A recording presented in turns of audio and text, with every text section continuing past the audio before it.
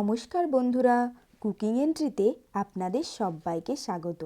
আজ আমি বানাতে চলেছি ঝাল ঝাল চিকেন কষার রেসিপি, যেটা আপনারা গরম ভাত, রুটি, লাচ্ছা পরোটা, নান এসবের সাথে অনায়াসে খেতে পারেন।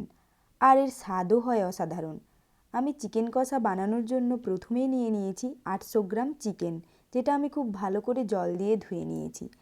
আর নিয়েছি গোটা গরম মশলা, জিরে গুঁড়ো, ধনে গুঁড়ো, লঙ্কার গুঁড়ো, আদা রসুন বাটা, টমেটো কুচি, 4টে চেরা কাঁচা লঙ্কা, পেঁয়াজ কুচি, ধনেপাতা কুচি, কাশ্মীরি রেড চিলি পাউডার আমি কালারের জন্য ব্যবহার করব, আপনারা নাও ব্যবহার করতে পারেন, আর 2টো তেজপাতা, একটা শুকনো লঙ্কা। দেখুন আমি কিভাবে এই রেসিপিটা বানাই। প্রথমেই আমি গ্যাসের ফ্লেমটা জ্বালিয়ে কড়াইতে তেল নিয়ে নিয়েছি। এবার ওই তেলের মধ্যে দিয়ে দিচ্ছি গোটা তেজপাতা, শুকনো লঙ্কা আর গোটা গরম মশলা। এবার এটাকে 40 সেকেন্ড সময় ধরে একটু ভেজে নিচ্ছি। তারপর এর মধ্যে দিয়ে দিচ্ছি 1/2 টেবিল চামচ চিনি। এটা আমি কালারের জন্য ব্যবহার করছি, আপনারা এটা নাও ব্যবহার করতে পারেন। এবার আমি এর মধ্যে দিয়ে দিচ্ছি পেঁয়াজ কুচি। এই পেঁয়াজটাকে আমি হালকা করে ভাজতে থাকবো। আজ আমি পুরো রান্নাটা লোহার কড়াইয়ে করব।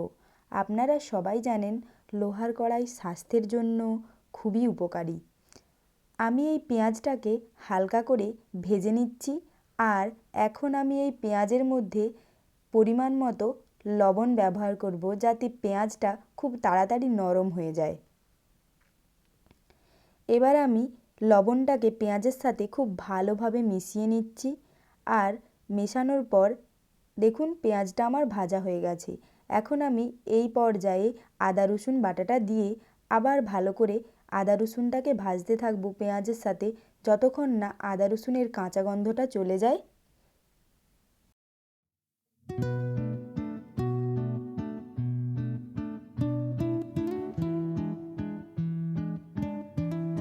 দেখুন পেঁয়াজের সাথে আদা রসুনটাকে আমি খুব ভালোভাবে ভেজে নিয়েছি।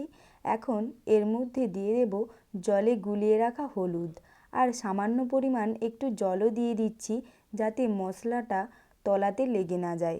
এবার আমি এটাকে খুব ভালোভাবে মিশিয়ে নিচ্ছি।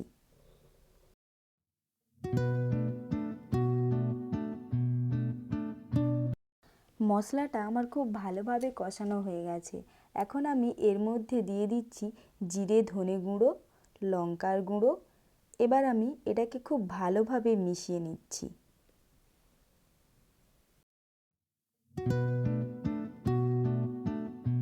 মশলাটা আমি খুব ভালোভাবে কষিয়ে নিয়েছি। এখন আমি এর মধ্যে দিয়ে দিচ্ছি টমেটো কুচি আর চেরা কাঁচা লঙ্কা। এবার আমি টমেটো কুচিটাকে মশলার সাথে খুব ভালোভাবে মিশিয়ে নেব। যতক্ষণ না টমেটোটা নরম হয়ে যাচ্ছে ততক্ষণ আমি অপেক্ষা করব। এখন আমি এর মধ্যে দিয়ে দিচ্ছি Kashmiri red chilli powder 1/2 table চামচ। এবার আমি মশলার সাথে ভালোভাবে মিশিয়ে ভালো করে মশলাটাকে কষিয়ে নিচ্ছি।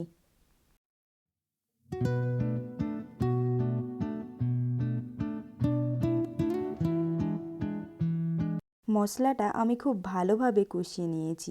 এখন আমি এর মধ্যে দিয়ে দিচ্ছি জল। জল দিয়ে আমি মশলাটাকে ভালোভাবে কষাতে থাকবো আরও কিছুক্ষণ সময় দিয়ে। এবার আমি এটাকে ঢাকা দিয়ে 2 থেকে 3 মিনিট খুব ভালোভাবে কষিয়ে নেব।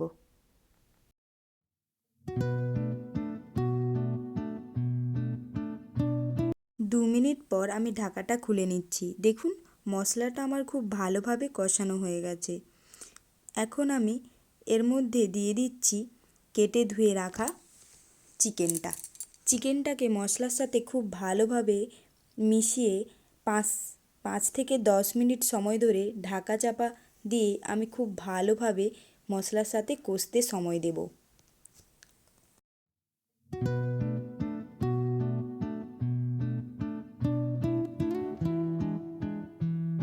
10 মিনিট পর আমি ঢাকাটা খুলে নিচ্ছি।